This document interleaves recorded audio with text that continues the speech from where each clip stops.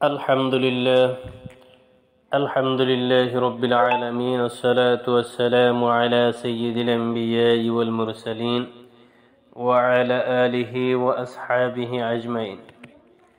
সম্মানিত দর্শক বন্ধুরা, আমরা গুনাহ করি নেই এমন কোনো ব্যক্তি আছেন কিনা আমার জানা নেই।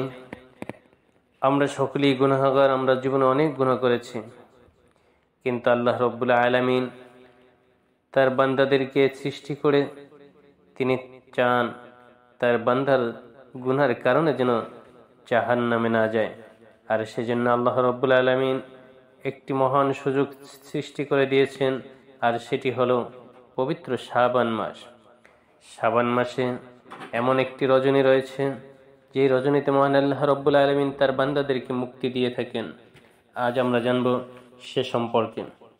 শবে বরাত মুসলিম বিশ্বের একটি অত্যন্ত পবিত্র ও গুরুত্বপূর্ণ রাত। এটি এমন একটি রাত যখন আল্লাহ তার বান্দাদের জন্য বিশেষ রহমত ও মাগফিরাত বর্ষণ করেন।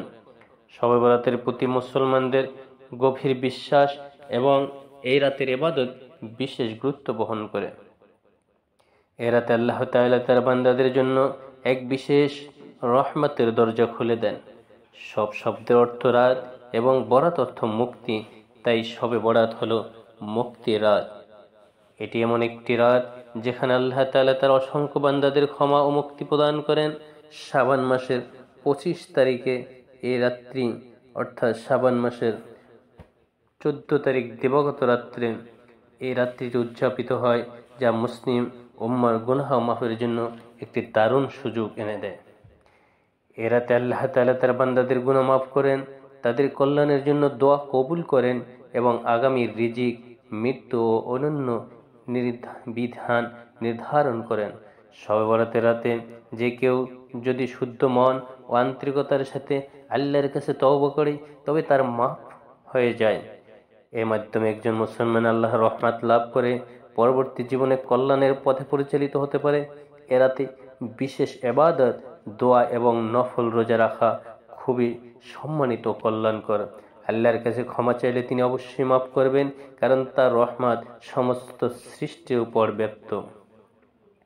কোরআন ও হাদিসের আলোকে শবে বরাতের গুরুত্ব সম্পর্কে পবিত্র কোরআনে সরাসরি কোনো আয়াত পাওয়া না গেলেও হাদিসের মাধ্যমে এ রাতের বিশেষত্ব এবং মাহাত্ম্য স্পষ্টভাবে ফুটে এসেছে। হাদিস শরীফে এসেছে, যখন শাবান মাসের 15তম রাত আসে, আল্লাহ আসমানের জমিনের দিকে তাকান এবং বলেন, হে আমার বান্দারা, কেউ মাফ চায় আমি তাকে মাফ করি, কেউ রিজিক চায় আমি তাকে রিজিক দেই। এ হাদিস থেকে পরিষ্কার বোঝা যায় যে এ রাত্রে আল্লাহ তাআলা তার বান্দাদের ক্ষমা করেন, তাদের দুঃখ দূর করেন এবং তাদের জীবনে সুখ স্মৃতি রচনা করে সাহায্য করেন। এছাড়া একাধিক হাদিসে রাতে ইবাদত করার প্রতি উৎসাহ দেওয়া হয়েছে। যেমন হাদিস শরীফে এসেছে, শাবান মাসের 15 থেকে 23 তারিখ রাতে আল্লাহ তাআলা বিশেষভাবে আসমানে উপস্থিত হয়ে তার বান্দাদের দিকে মনোনিবেশ করেন এবং তাদের পাপ থেকে ক্ষমা প্রার্থনা করেন। এটি শবে বরাতের মর্যাদা এবং আল্লাহ তাআলার পক্ষ থেকে তার বান্দার প্রতি রহমত প্রদানের বিষয়টি স্পষ্টভাবে তুলে ধরা। শবে বরাতের ফজিলত, এ রাতে আল্লাহ তাআলা বান্দার প্রতি বিশেষভাবে দৃষ্টি দেন এবং তাদের গুনাহ মাফ করে দেন। শবে বরাতের ইবাদত করার মাধ্যমে আল্লাহ তাআলার কাছে দোয়া করা হয়, বিশেষত নিজের কৃত পাপের জন্য ক্ষমা চাওয়া হয়। এ রাতে আল্লাহ তাআলা রহমত মাগফিরাতের উদ্দেশ্যে যে দোয়া সবচেয়ে বেশি পড়া হয় তা হলো, আল্লাহুম্মা ইন্নাকা আফুউন তুহিব্বুল আফওয়া ফাআফু আন্নী। আমি দোয়াটি আবার বলছি, আল্লাহুম্মা ইন্নাকা আফুউন তুহিব্বুল আফওয়া ফাআফু আন্নী। এর অর্থ হলো, হে আল্লাহ, আপনি পরিপূর্ণ ক্ষমাশীল, আপনি ক্ষমা করতে ভালোবাসেন, সুতরাং আপনি আমাকে ক্ষমা করে দিন। এ রাত সম্পর্কে বিভিন্ন মতামত থাকলেও আলেমদের মতে এ রাতে বিশেষ গুরুত্ব স্বীকার করার কোনো সুযোগ নেই। এটি এমন একটি রাত যখন আল্লাহ তাআলা তার বান্দাদের প্রতি বিশেষ দয়া প্রদর্শন করেন এবং তাদের তওবা ও দোয়া কবুল করেন। কাজেই আমরা বলতে পারি, শবে বরাত ইসলামের একটি গুরুত্বপূর্ণ রাত, যা মুসলিম উম্মার জন্য এক গুরুত্বপূর্ণ উপলক্ষ বটে। এ রাতে ইবাদত করার মাধ্যমে মানুষ আল্লাহ তাআলার কাছ থেকে রহমত ও মাগফিরাত লাভ করতে পারে।